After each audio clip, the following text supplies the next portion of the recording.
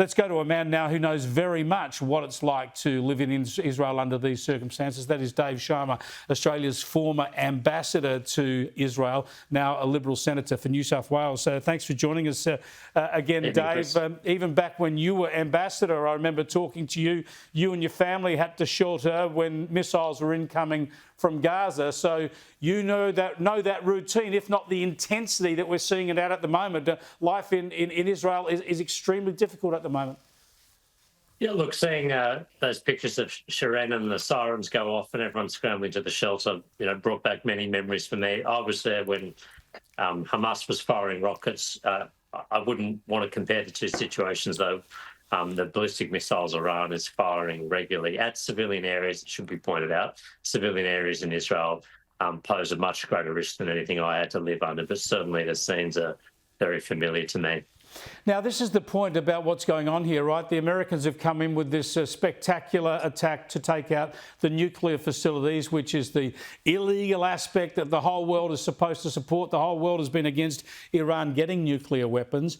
But you can't get its stability and peace in the region and still Iran stops firing missiles into Israel. How close might we be to that situation?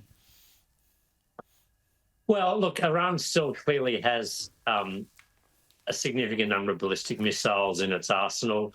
Israel thinks it's destroyed about 1/3 to 1/2 of the launches, but Iran has several thousand ballistic missiles at the estimate. So it seems they are still able to be doing this. I think that the thing the world is watching most closely, though, is does Iran seek to widen this conflict now following the US strikes? Do they start to attack US personnel or bases in the region? Do they seek to disrupt shipping in the Strait of Hormuz? Do they activate terrorist cells that they've cultivated over many years in third countries and conduct terrorist attacks? And I think we all need to be on guard for what sort of form this retaliation might take. Yeah. Look, this is the point I was making with Paul Murray last night, though. That sounds an irrational course of conduct because it would backfire on Iran badly. America would get involved and retaliate. But Iran is not a rational actor.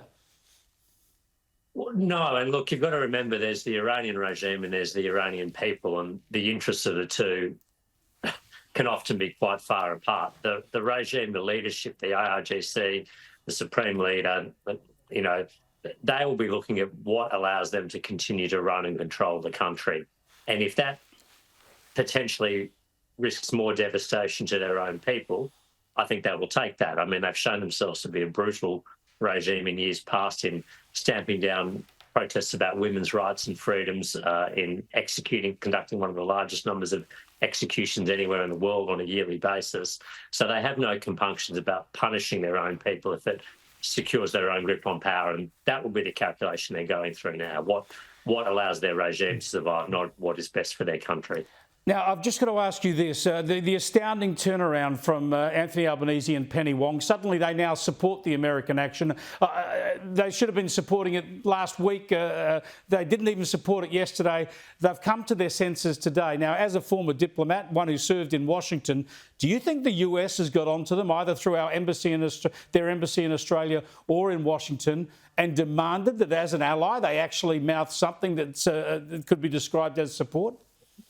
I think that's very likely, Chris. I mean, I was gobsmacked by the level of amateurishness shown by the government yesterday to not have anyone significant front the media, to put out a bland, anodyne statement which said nothing, attributable only to a government spokesperson, when, the Australian public is rightly looking to their elected leadership to say, what do we think about this? What does it mean for Australia? What does it mean for Australians in the region? What does it mean for our safety and security?